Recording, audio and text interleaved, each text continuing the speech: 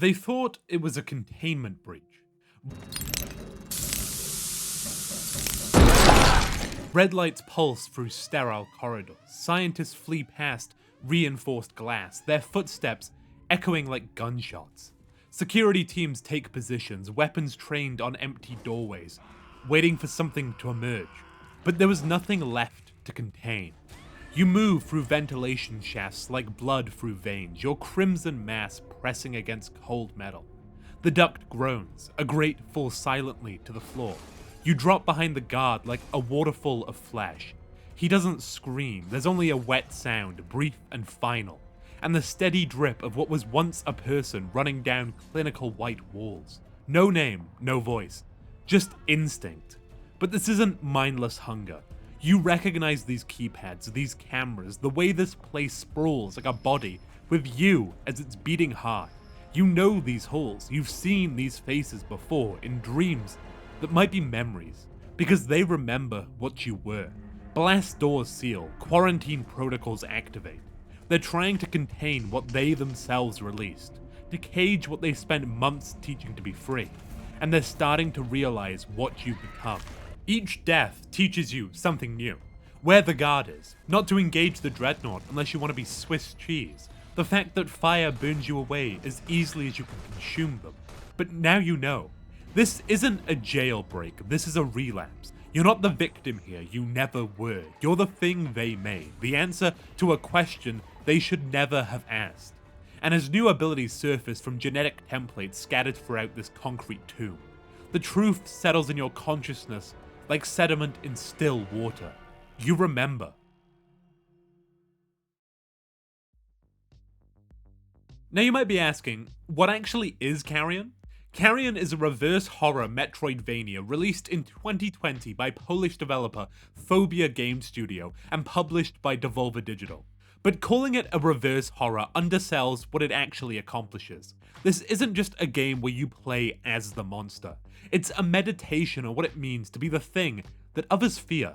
You control a writhing mass of red biomass, all tentacles and teeth and glistening flesh. No health bars clutter your visor, no dialogue trees interrupt the flow, no exposition dumps explain your motivations. The story unfolds through pure action, through the language of violence and consumption, through the slow accumulation of memories that may not even be your own. This is horror stripped to its evolutionary core. Predator and prey, hunter and hunted. The fundamental terror of being devoured by something that understands you better than you understand yourself. The genius of Carrion lies not in its gore, though there's plenty, but in its restraint. You begin weak, vulnerable, barely more than animated meat hiding in the shadows. The facility around you feels vast, hostile, filled with armed humans who will kill you on sight. Flamethrower soldiers patrol corridors. Automated turrets track movement with mechanical precision. Drones swarm through ventilation shafts, their rotors spinning death. You are, in every traditional sense, the underdog. But as you grow, as you consume, as you reclaim fragments of genetic code stolen from your body, something shifts. The power dynamic inverts. What began as a desperate escape becomes something else entirely. A homecoming. The game operates on three distinct mechanics that mirror its thematic core. First, there's the biomass system. You grow by consuming humans, literally adding their flesh to your own. Second, there's the evolution mechanic. Different sizes unlock different abilities, forcing you to strategically shed or gain mass to solve puzzles. Third, there's the containment system. Your stolen DNA samples are scattered throughout the facility, each one restoring a piece of what you once were. These aren't just gameplay systems, they're the building blocks of your identity. The game never tells you what you are, only what you're becoming. Through environmental storytelling and brief wordless flashbacks, a picture emerges. Not of a monster breaking free, but of something returning to complete unfinished business. The facility's sterile corridors hide dark secrets. The research labs contain more than scientific equipment. The lower levels hold memories you're not supposed to have. And before we dive deeper into this nightmare, I have to say, if you're enjoying this exploration of what makes Carrion such a unique horror experience, please consider liking this video and subscribing. These deep dives into overlooked horror games take a lot of research and analysis, and your support helps me keep making them. Plus, we got a lot more to uncover about what lurks in the depths of this facility. The twist, when it comes, recontextualizes everything. You weren't always a monster. You were once a man. And the facility you're tearing apart, you might have helped build it. This is the horror of Carrion. Not that you're the monster, but that you chose to become one. Not that you're trapped, but that you're exactly where you belong. The real terror isn't in what you'll do to escape. It's in what you'll remember once you're free. Because some prisons aren't meant to keep things in. Some prisons are meant to keep the world safe from what's already inside.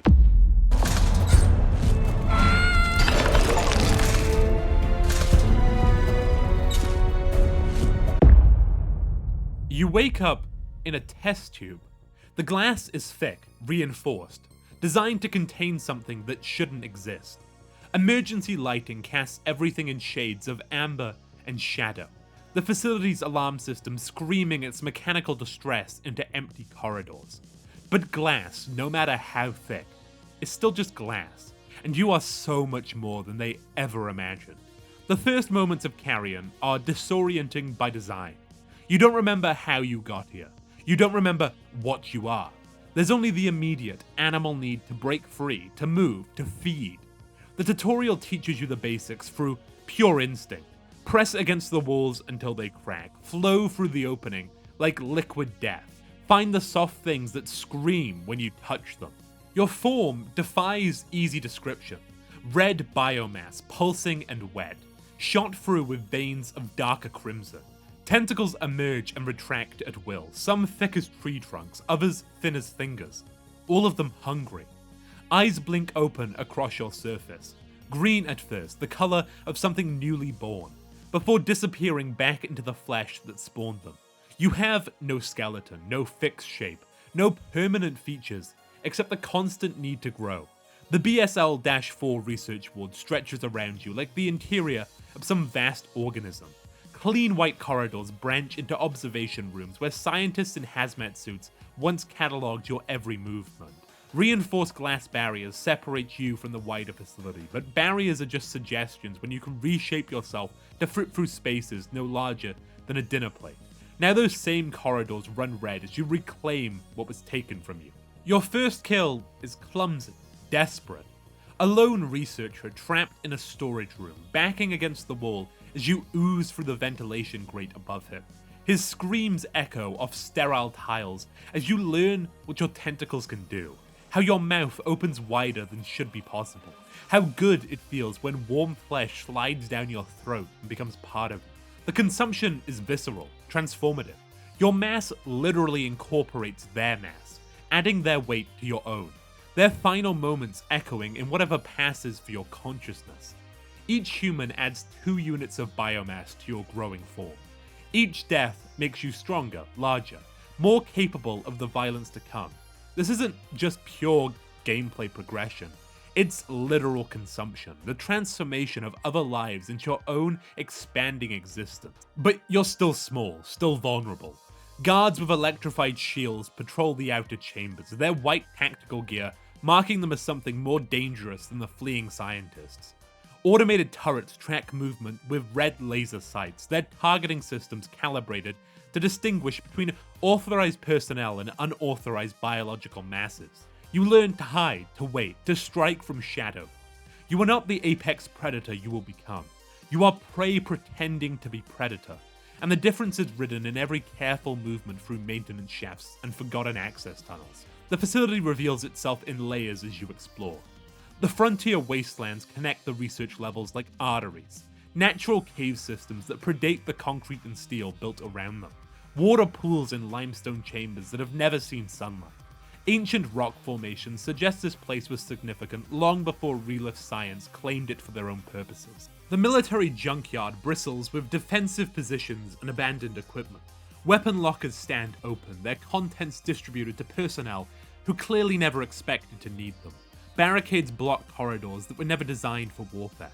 This is where the facility's security made their first stand, and where they learned that conventional tactics don't work against something that can flow like water and strike like lightning. The uranium mines delve deep into the earth, their tunnels growing with a thick green light of radioactive materials. Here, the facility's purpose becomes clearer. This isn't just a research station, it's an excavation site. They were digging for something, mining materials that required the kind of containment protocols usually reserved for weapon programs. The Geiger counters still click their mechanical warnings, but radiation means nothing to someone that feeds on electricity and grows stronger from exposure to hostile environment. This is where you find your first real ability, the web shot, absorbed from a containment unit hidden in the depths. The genetic material integrates into your flesh like a remembered skill, arachnid DNA teaching your tentacles new configurations. Suddenly you can shoot sticky strands across vast distances, pulling levers, ensnaring prey, solving the environmental puzzles that block your path forward. It's your first taste of what you once were, a fragment of genetic memory restored to your flesh. But the web shot is more than just a tool, it's somewhat like evidence. Someone took this ability from you, isolated it, studied it, contained it in a glass prison just like the one you woke up in. The facility isn't just holding you captive, it's holding pieces of you captive. Fragments of your biological identity scattered throughout its depths like organs removed for dissection. But it's in the mines that you encounter your first real opposition. Armed guards with more than pistols. Soldiers in white tactical gear, their electrified shields crackling with voltage that burns your flesh on contact. Their submachine guns spit fire in controlled bursts, their movements coordinated with military precision.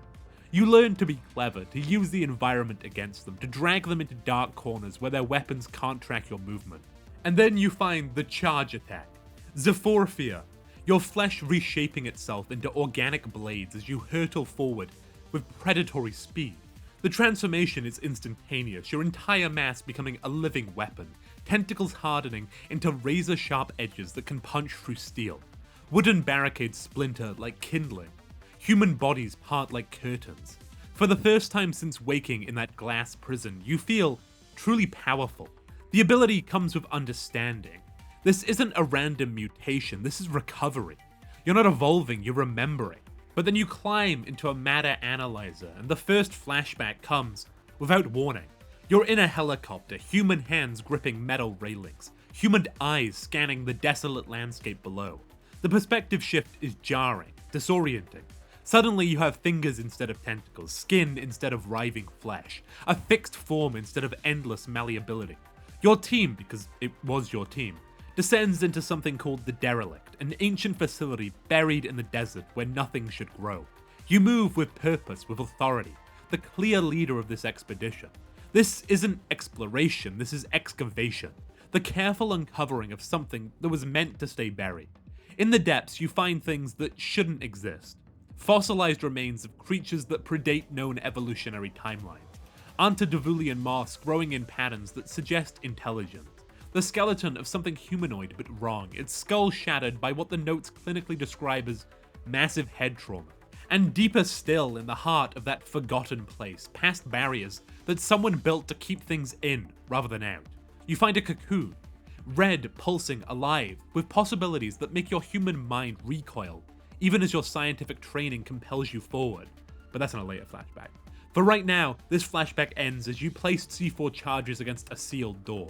For a moment, just a moment, you remember what it felt like to have skin instead of writhing flesh, to think in words instead of hunger, to be the kind of thing that builds barriers instead of flowing through them. The vision fades, you're back in the tunnel, biomass pulsing against cold stone, the taste of human flesh still warm in your throat. But something has changed. The facility around you feels different now. Not like a prison, but like a place you've been before. Like coming home to a house you burned down. The realization settles into your consciousness like sediment in still water. You didn't just find that cocoon in the derelict. You opened it. You chose to see what was inside. Chose to wake what was sleeping. Chose to become what you are now. Power begins with weakness, but weakness is just another word for potential. You were weak when you woke in that tube. You were weak when those first guards drove you into the vents with electric prods and gunfire. But weakness taught you patience. Weakness taught you cunning. Weakness taught you that the things worth having are worth waiting for. And now, as you flow through the facility's arteries like infection through a bloodstream, as your mass grows with each consumed life, as your abilities return one stolen fragment at a time, You begin to understand that your captures discovered too late. They didn't build this place to study you, they built it to contain what you might become. But you can't contain an idea whose time has come. You can't imprison something that was never really trapped. You can only delay the inevitable moment when it remembers what it used to be, and what it chose to become.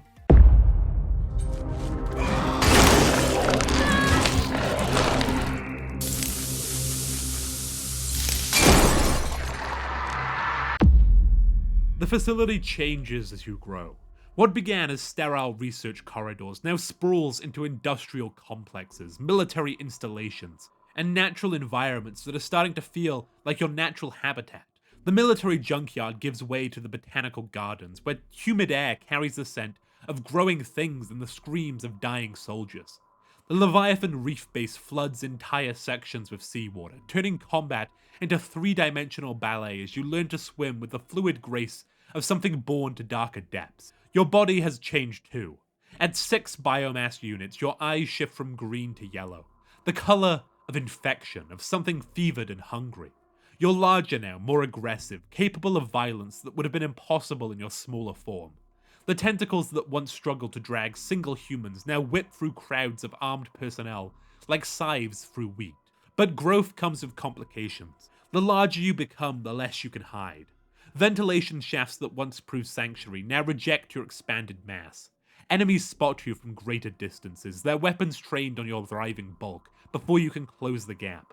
You must learn new strategies, new approaches to problems that stealth alone can no longer solve. This is where the facility's true defenses reveal themselves.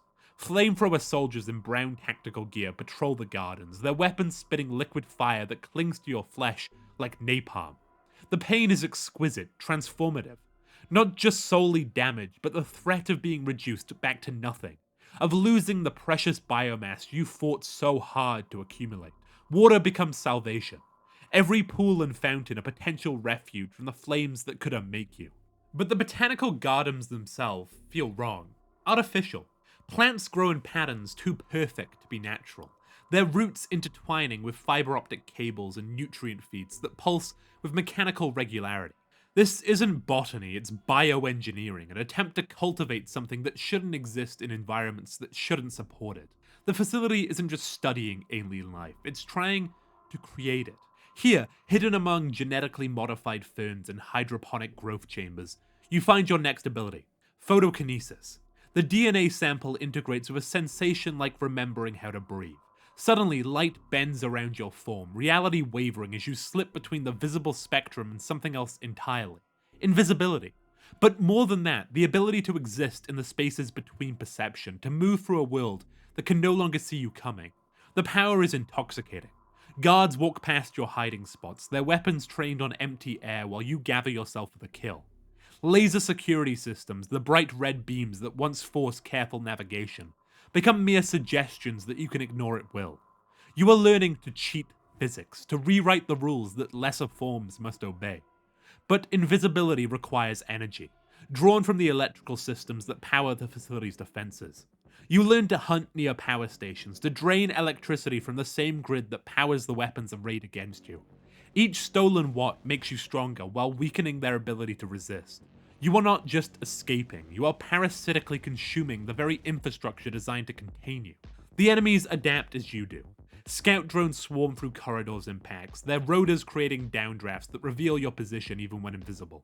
Sentry turrets deploy with overlapping fields of fire, forcing you to choose between speed and stealth. And then, there are the dreadnoughts. Armored walkers crewed by human pilots, their Gatling guns capable of shredding even your expanded biomass in mere seconds. The first dreadnought fight teaches you patience. The machine is too heavily armored for frontal assault, its weapons too devastating for direct engagement. But machines have blind spots and humans have weaknesses. You learn to circle, to strike at joints and servos, to rip away armor plating until the soft flesh inside becomes accessible. The pilot's scream when you tear him from his cockpit is uniquely satisfying. Not just food, but the conquest of technology by pure biology. Civilization by something older and far, far hungrier. This is when you discover that the facility's defenses aren't random. Every security measure, every weapon placement, every defensive protocol shows how the careful planning of someone who understood exactly what they were trying to contain. The laser grids don't just detect movement, they're calibrated for your specific biomass signature. The flamethrowers aren't standard military issue. They're designed to counter biological threats that can regenerate from damage. The dreadnoughts aren't just security mechs. They're anti-organism weapons built to fight something that conventional arms can't stop. They knew what you were before you remembered it yourself. In the Leviathan Reef base, surrounded by flooded chambers that feel more like an aquarium than a research facility, you find your next evolution. Acanthosis, the ability to grow keratin spikes across your entire surface, transforming your flesh into a living weapon that turns every attempted attack into the attacker's destruction. Scout drones shred themselves against your spines. Soldiers' shields become useless when contact itself becomes lethal. But the spikes also require energy to maintain, forcing tactical decisions about when to arm yourself and when to remain vulnerable but mobile. You're learning the economy of power, the careful resource management that separates apex predators from an evolutionary dead end. The second flashback hits when you enter another material analyzer, during your assault on the Reef Space Command Center. You're back in the derelict, but deeper now, past the chambers your human self explored in the first vision. Your team has discovered something extraordinary. Fossilized remains that predate known biology, specimens that suggest life took very different paths in Earth's distant past. But it's not just solely archaeology anymore. At the very heart of the derelict, past sealed barriers and radiation warnings, your team finds what they came looking for. Not fossils this time, but something alive. The cocoon pulses with its own internal rhythm, a heartbeat that echoes through the chamber like a promise. Your human hand, steady, professional, betraying none of the fascination that drives you forward, prepares instruments for sampling. This is the moment you realize, watching yourself from the outside. This is when everything changed. The vision ends before you see what emerged from that ancient sleep, but you remember the feeling. Not horror, not fear, recognition. You've been looking for something that looked back. The facility's layout becomes clearer as you progress through its flooded sections. The Leviathan Reef Base isn't just underwater, it's been deliberately flooded, as if someone decided that certain areas were too dangerous to remain accessible by normal means. Emergency airlocks separate chambers that were never meant to be submerged. Waterproof barriers protect equipment that wasn't designed for aquatic use. This isn't a containment breach, this is a controlled flooding. A last resort measure to slow something that conventional barriers couldn't stop. You find evidence everywhere. Hasty modifications to existing structures, blast doors wielded shut from the outside, warning signs in languages that suggest this facility serves an international coalition rather than a single corporation. Relief Science may own the surface installations, but what lies beneath belongs to something larger, older, more desperate. Here, in chambers that echo with the sound of artificial tides, you discover hydrophilia. Not an ability so much as a revelation. Your flesh now doesn't just accommodate water, it embraces it, dissolving into component organisms that can slip through barriers no larger than drain gates. You are not one creature, but countless creatures wearing the illusion of unity, a collective intelligence that can divide and recombine at will. The transformation is liberating. As swarms of red worms, you flow through underwater passages that would be impossible to your unified form. You explore chambers flooded for decades, their original purposes lost to time and bureaucratic classification. And in the deepest sections where the water tastes of salt and something else. Something organic and wrong. You find equipment that has nothing to do with marine biology.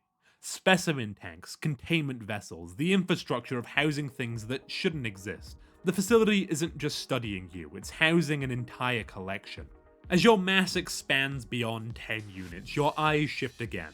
From yellow to red, the color of arterial blood, of something that has moved beyond infection into an active malignancy. You are no longer hiding from the facility's defenses, you are hunting them, seeking out the strongest opposition, not for sustenance, but for the challenge, for the satisfaction of proving that evolution will always triumph over engineering. The geothermal plant stretches before you like a mechanical circulatory system, its pipes and chambers processing energy from the Earth's core into power for the surface installations. Here, the facility's true scale becomes apparent. This isn't just a research station, it's a city-sized complex that extends deep into the planet's crust, drawing power from sources that predate human civilization.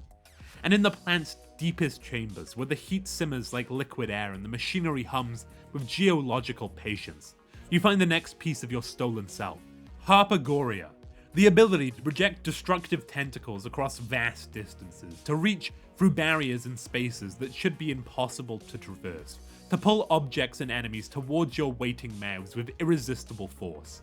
The power feels familiar, like flexing a muscle you'd forgotten you had. How many times had you used this ability before? How many victims had you pulled into darkness, their screams echoing in chambers that would never give up their secrets? You're not evolving, you're just remembering. And with each recovered fragment, each restored ability, each consumed life that adds to your growing mass, the truth becomes hard to deny. You weren't captured in the derelict, you weren't discovered by accident, you weren't the victim of some expedition gone wrong. You were the expedition, you were the discovery. You were the choice that doomed everyone in this facility to become food for something that was never meant to wake up. The flesh evolves because that's what flesh does. It adapts, it grows, it consumes everything in its path until there's nothing left but the hunger that drives it forward. But evolution implies direction, purpose, an end state towards which all change moves. And you're beginning to remember what that end state looks like.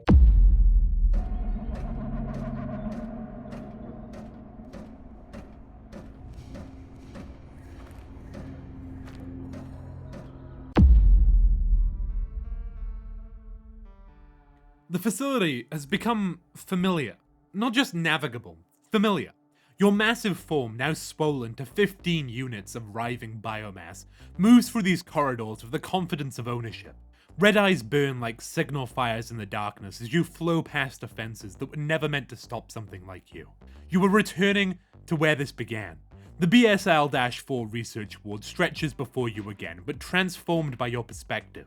What once seemed like a maze of sterile corridors now reveals itself as something you recognize. The place where they kept you, studied you, tried to understand what you had become. The pristine white walls bear scorch marks from flamethrowers. Emergency lighting casts everything in shades of amber and shadow. This is a place under siege, and you are the siege engine. Your expanded form tears through barriers that once seemed insurmountable. Wooden walls splinter under the force of Zephoria charges, your flesh reshaping itself into organic blades that punch through reinforcement like tissue paper. Steel doors buckle beneath the crushing weight of Harpagoria tentacles, your projectile limbs reaching through spaces that shouldn't accommodate them, pulling obstacles apart with prehistoric patience. Soldiers in their white tactical gear fall back before the advance of something that has grown beyond their ability to contain. Their shields spark and fail against mass that simply flows around their defenses. Their submachine guns clatter in controlled bursts, but bullets don't mean as much to something that can redistribute damage across 15 units of living tissue. This isn't necessarily about escape anymore, this is now more about reclamation. The deeper sections of the facility reveal their true nature as you progress. The botanical gardens give way to flooded chambers that feel more like aquariums. The nuclear power plant hums with the kind of energy that suggests this place draws power from sources more powerful than your typical research facility.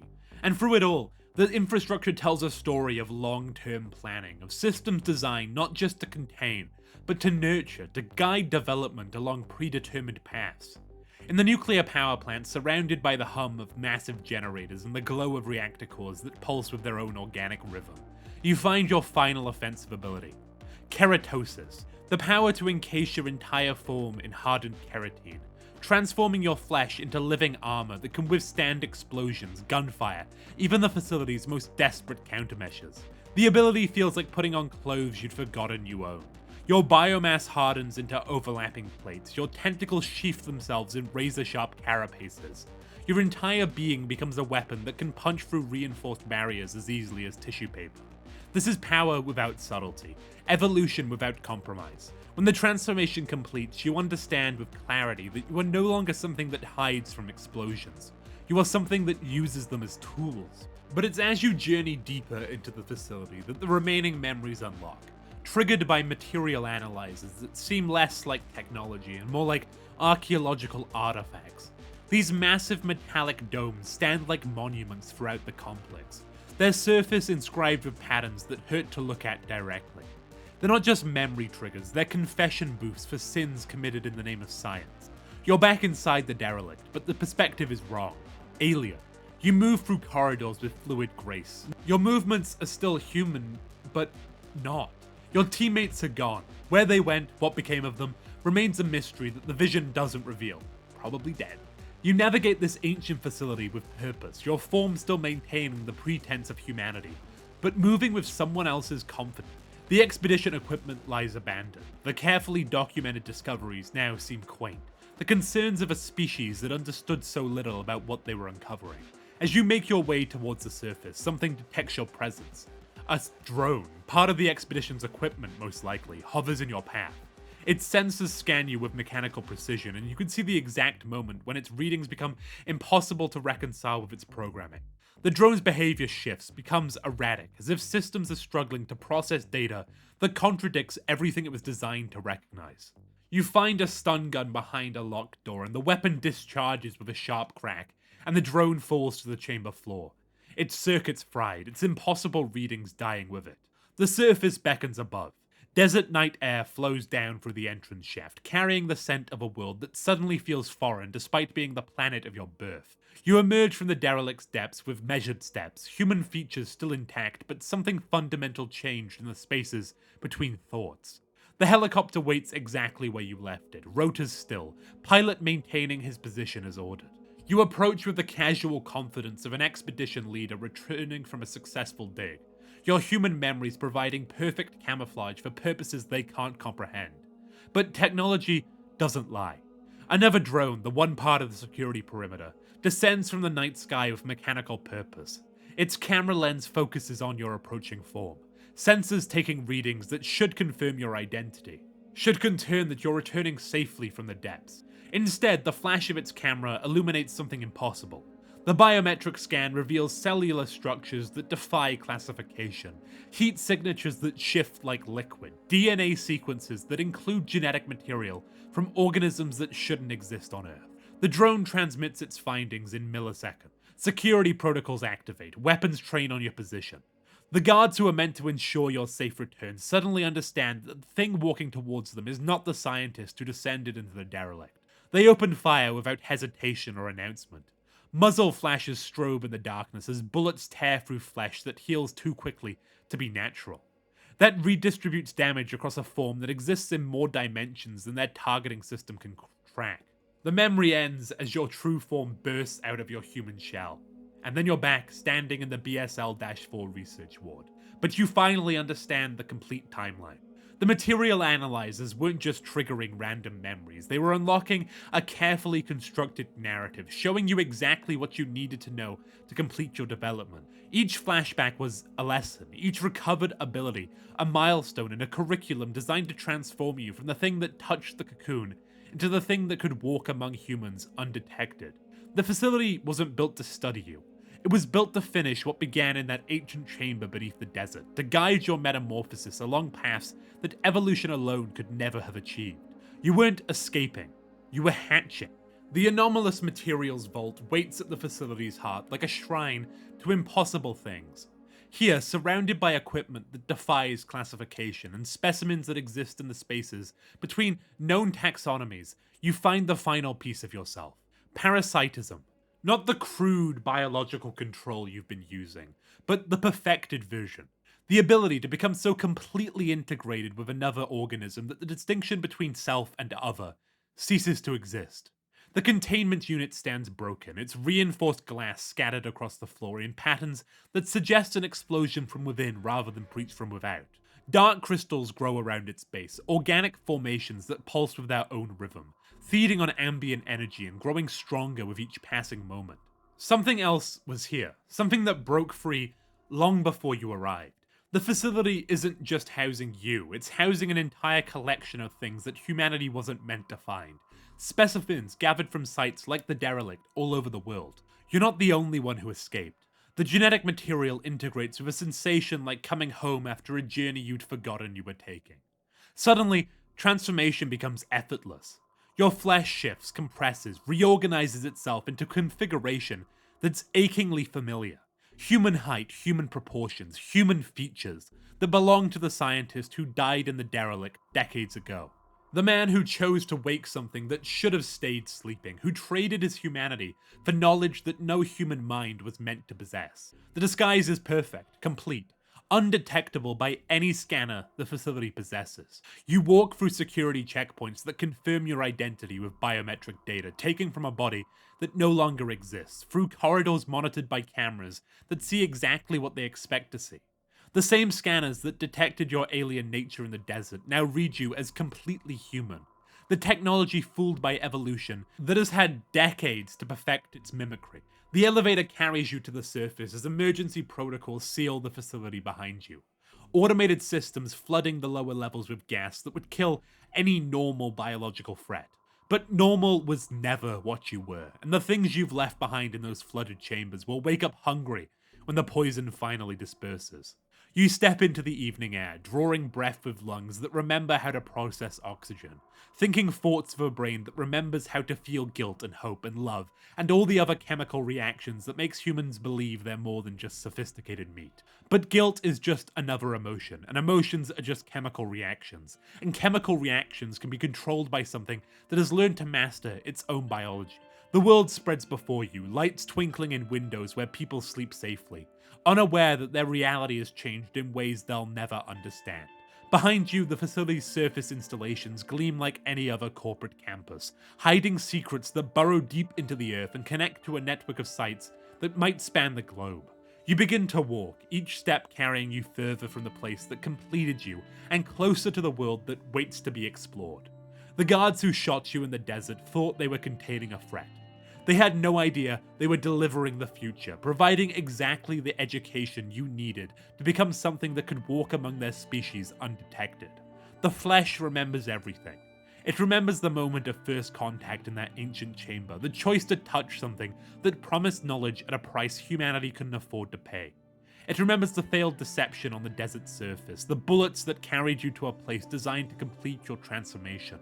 It remembers years of careful study, patient growth, strategic development in the depths below. But most importantly, it remembers that this is just the beginning. You are no longer the thing that escaped. You are the thing that was set free.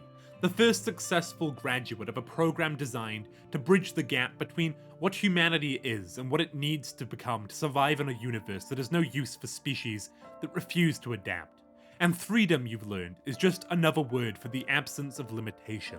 The sun sets as you disappear into the crowd, one face among millions, carrying within you the memory of what it felt like to be human, and the knowledge of what it means to be something more. Somewhere in the darkness behind you, other facilities hum with their own projects. Other cocoons wait to be opened. Other choices wait to be made. The flesh endures. The flesh adapts. The flesh spreads. And the flesh is very, very patient, but not infinitely so.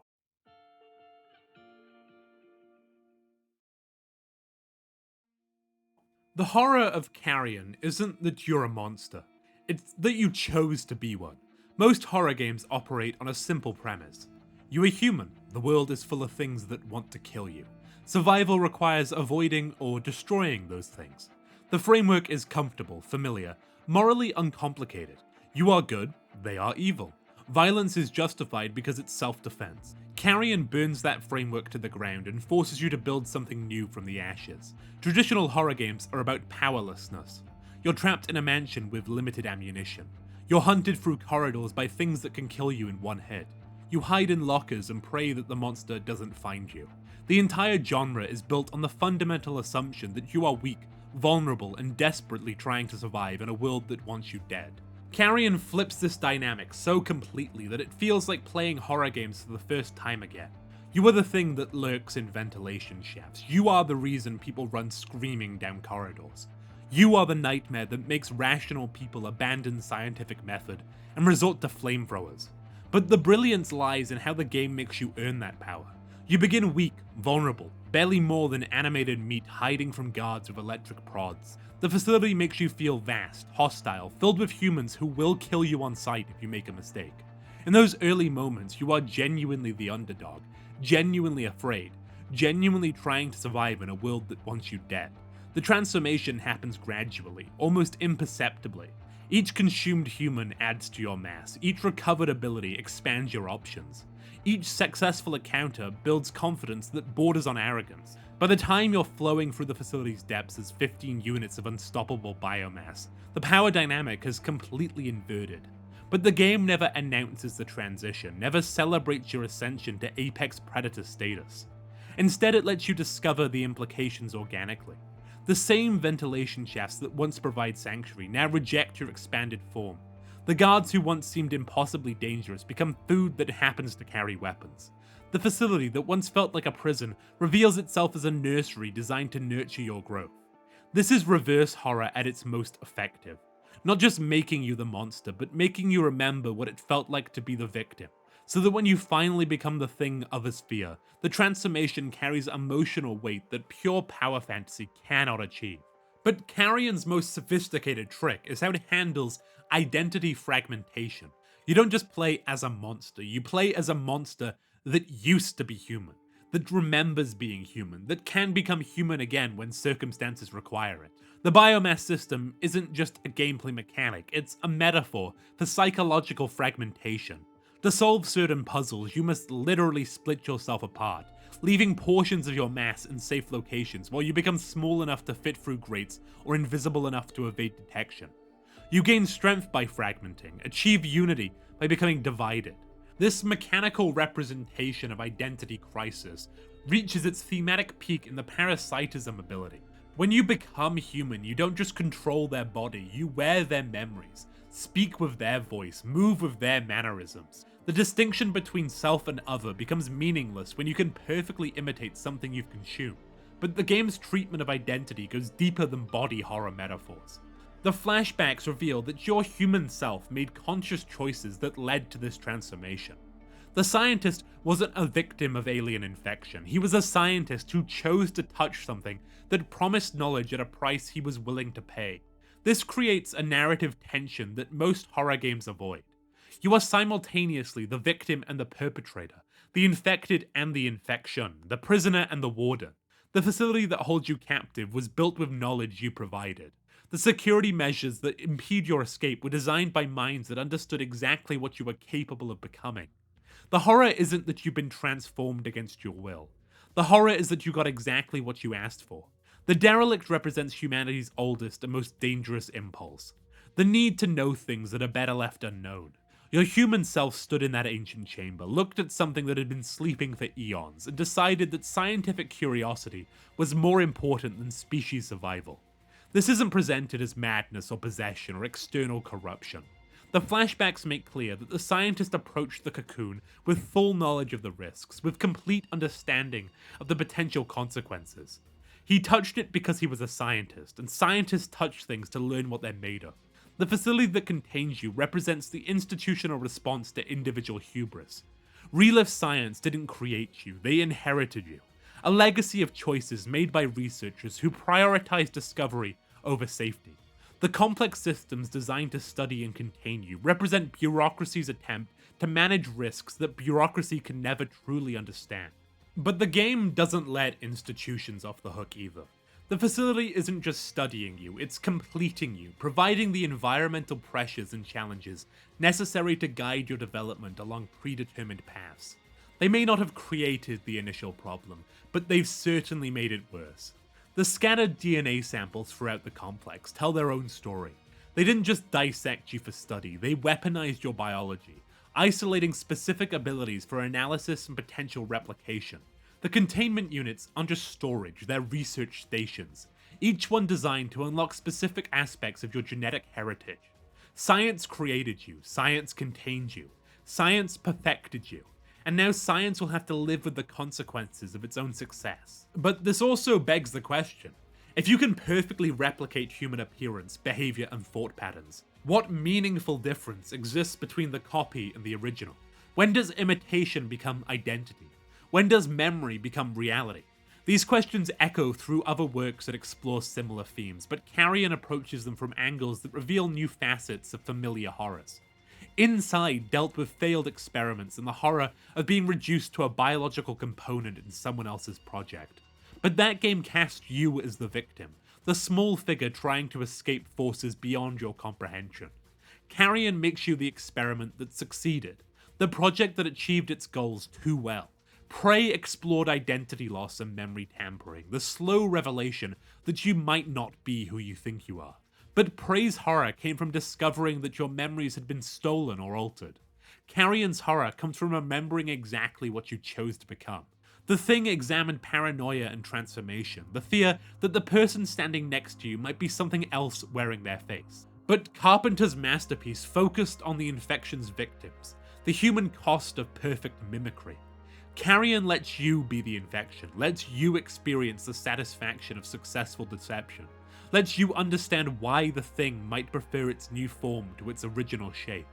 Rainworld presented survival without sympathy, ecosystems that operate according to logic that has no use for human moral frameworks. But Rainworld asked you to adapt to alien rules. Carrion asked you to rewrite the rules entirely, to become the apex predator that reshapes the environment to suit its needs. These parallels aren't coincidental. They're evidence of a shared fascination with a thin line between human and monster, between victim and predator, between the roles we're assigned and the roles we choose to play. But Carrion goes further than its influences by refusing to offer moral comfort or redemption narratives. The most disturbing aspect of Carrion isn't its violence or its body horror or its transformation sequences. It's how good it feels to be powerful.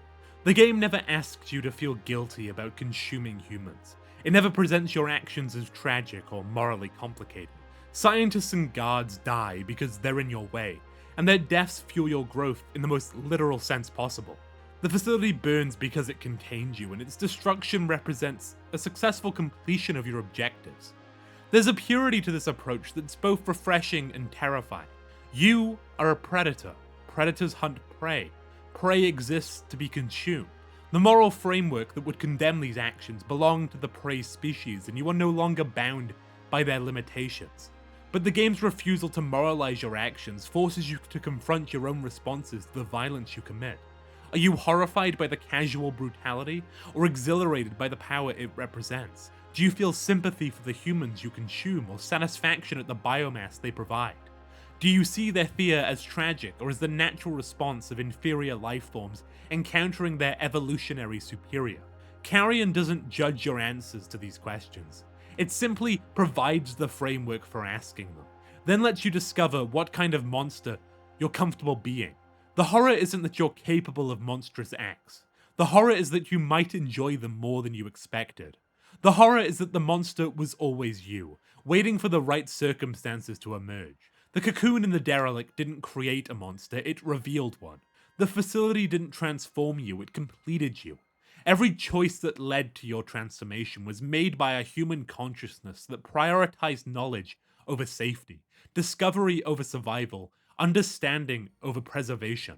That scientist touched that alien cocoon not because he was compelled or corrupted, but because he was curious, because he was human. And humans, when faced with the unknown, have an almost irresistible urge to poke it with a stick and see what happens. You are not what survived the experience of touching something alien. You are what was always there, finally free to be itself.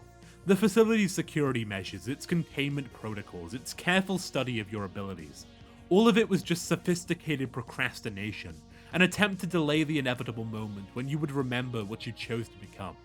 And that freedom, the game suggests, might be the most terrifying thing of all. Not the transformation itself, but the realization that it was exactly what you wanted. Not the loss of humanity, but the discovery that humanity was never worth keeping in the first place. The flesh remembers everything. The flesh endures, the flesh spreads, and the flesh is very, very patient. But most importantly, the flesh is honest about what it is and what it wants. There are no noble motives, no greater good, no sacrifice for the sake of others.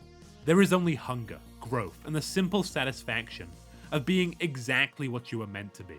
The monster was you. The monster is you. The monster will always be you. And deep down, in the parts of yourself you don't like to examine too closely, you've always known that this was how the story would end. You didn't escape, you remembered.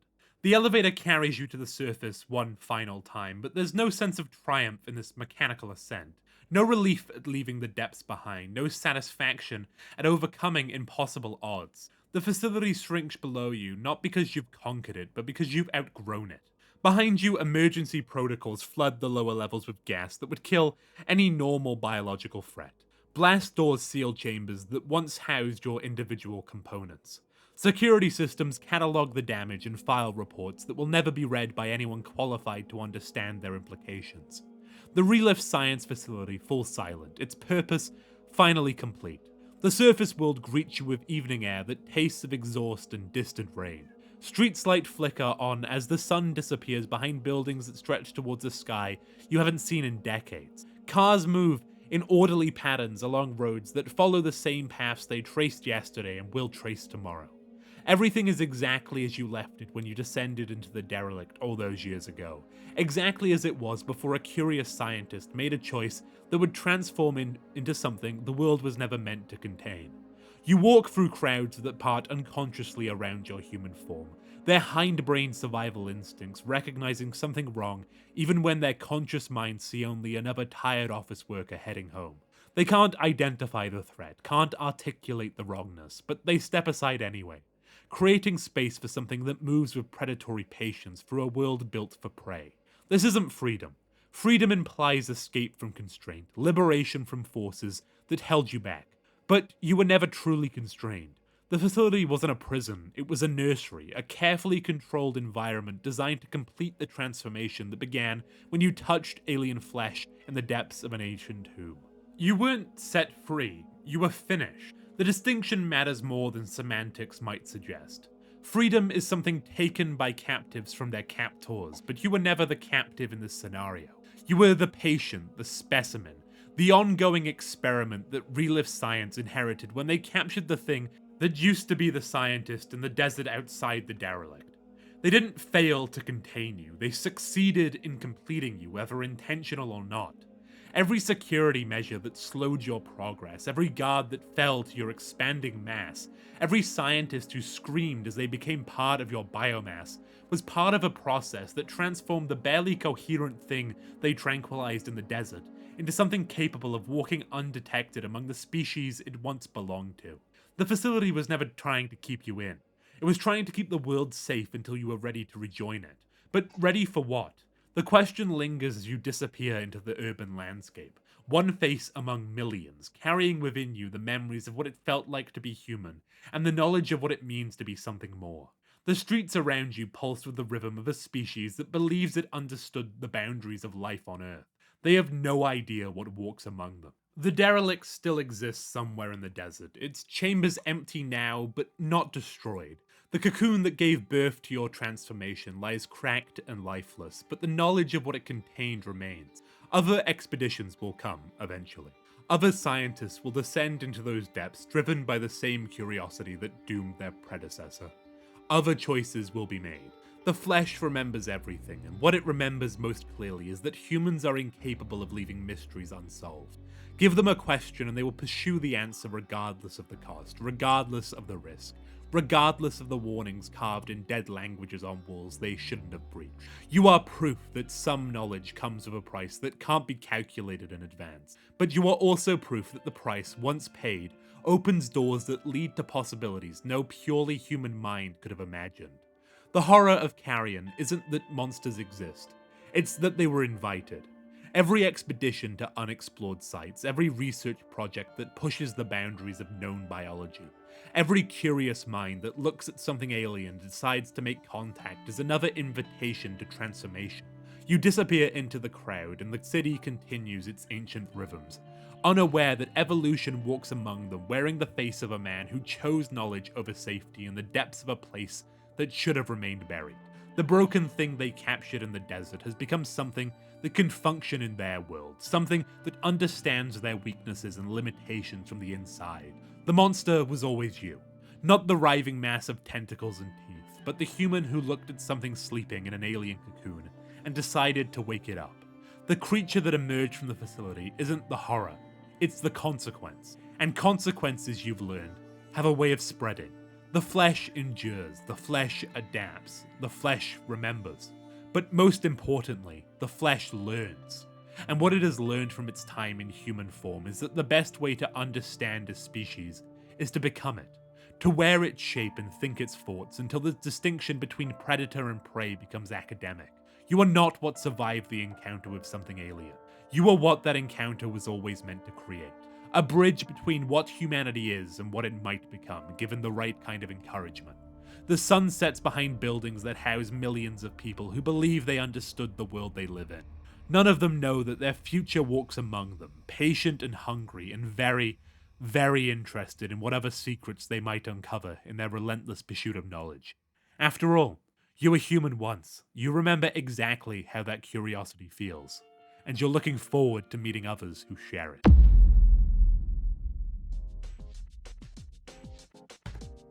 Oh, well, thank you so much for watching. I hope you did enjoy. I really like this game. It's quite short, a bit different. Well, I say a bit different. It's both different and similar to the games I've covered before. But if you did enjoy, make sure to like and subscribe. Check this game out if you got the chance. It's fucking pennies, really, and it's honestly worth it. It's very, very good. But as always, I would like to thank the channel members and the Patreons.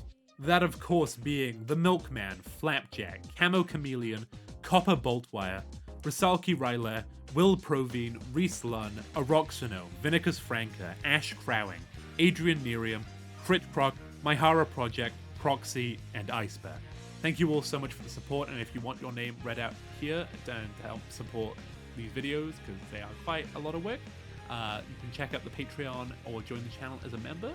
Patreon will be in the description along with all of my other socials if you want to go follow me anywhere. You don't have to, of course. It is completely optional. But yes, I hope you did enjoy this video. Hopefully it as well. If not, then I'm going to cry. No, I'll be chill. But this one's a bit more return to form than the last ones, but still hope you enjoyed. But yeah, thank you so much, and I'll see you in the next one. Bye-bye.